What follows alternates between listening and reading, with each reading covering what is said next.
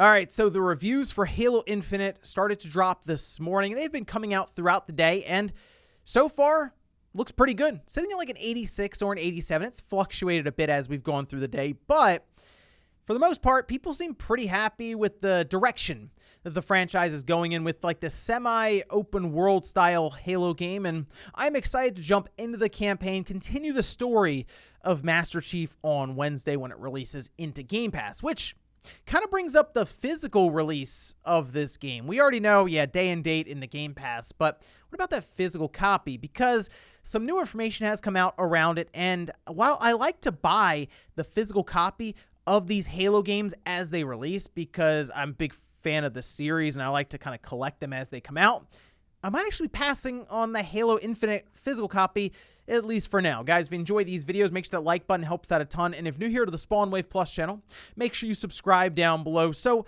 let's head over here. This was a tweet that was put out by John Linneman, who did a very good job on Digital Foundry. They had like a 45-minute video going over all kinds of things with Halo Infinite. So I'd be checking that one out. But it says, my biggest complaint regarding Halo Infinite really is that the disc doesn't contain a playable game.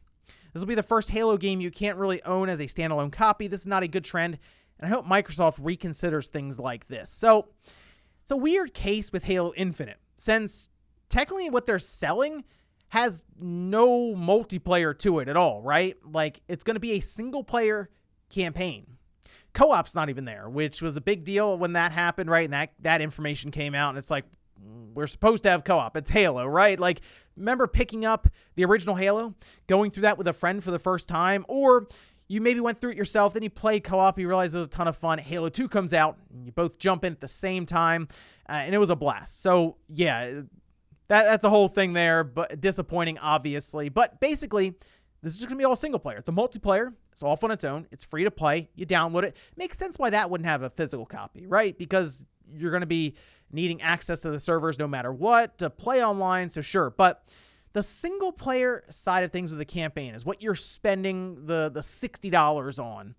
It's odd that it wouldn't be accessible through the disc itself, especially when you consider that Microsoft has gone to lengths to make sure other games are accessible from the physical disc. Now, Microsoft has this whole DRM thing that's been going on for a little while now. It's been pointed out many times that these different games will need some kind of activation even when you buy them for the first time, even going back to like the original Xbox through backwards compatibility. But if you look at something like Flight Simulator, that came on multiple discs. They had like an install disc and a play disc, and that way, at least the information required to start and play the game was there without having to call to a server and download, I'm sure, many large files and patches to make it work.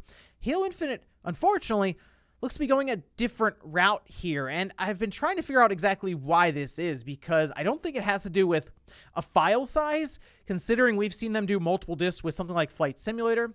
You feel like Halo, being Microsoft's biggest franchise, been there since the beginning of the Xbox, would probably at least get that same treatment, unless the development was so rough for this game, which I'm kind of thinking is the case, that what they put on the disc would need to get updated no matter what because of the number of changes that have been going throughout the last year. Then also, of course, put smart delivery on top of that, where Microsoft is making sure you're getting the best version of the game. Who knows what would happen if you then load up what's on that disc, specifically on an Xbox One versus an Xbox Series X. Now, we also know that Microsoft is leaning more and more into Game Pass, right? That's a big thing for them. The digital age is something I think Microsoft wants to continue to accelerate, since they are primarily focused on subscription services. So that might play into it a little bit as well. It's just more of a shame. It's just disappointing, really, looking at it. That's like, wow, is there a point in buying this physical copy? Not really. At least not for now. And I say for now because there is a chance that more and more content gets added to Halo Infinite as we go throughout the years. And maybe we get to a point where they do a Halo Infinite Complete Edition, Definitive Edition, and then it goes to retail, and then it makes sense to buy, which is one of the reasons that I'm not going to be buying it physically, at least for now. I'm be holding off and waiting to see if we get to that point, because I can indeed access it through Game Pass, and that's my plan. On Wednesday, I'll just make sure it's completely downloaded and then fire it up from there and keep an eye on this physical copy and see if we have any changes going forward. But I've said before, I'll continue to say it throughout this generation. I think this is the last generation that we have physical media when it comes to our default game systems from Sony and Microsoft.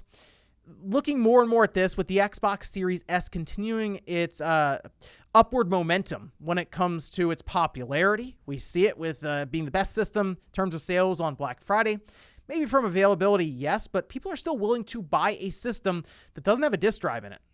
But because of Game Pass. Game Pass is a big driving factor for that.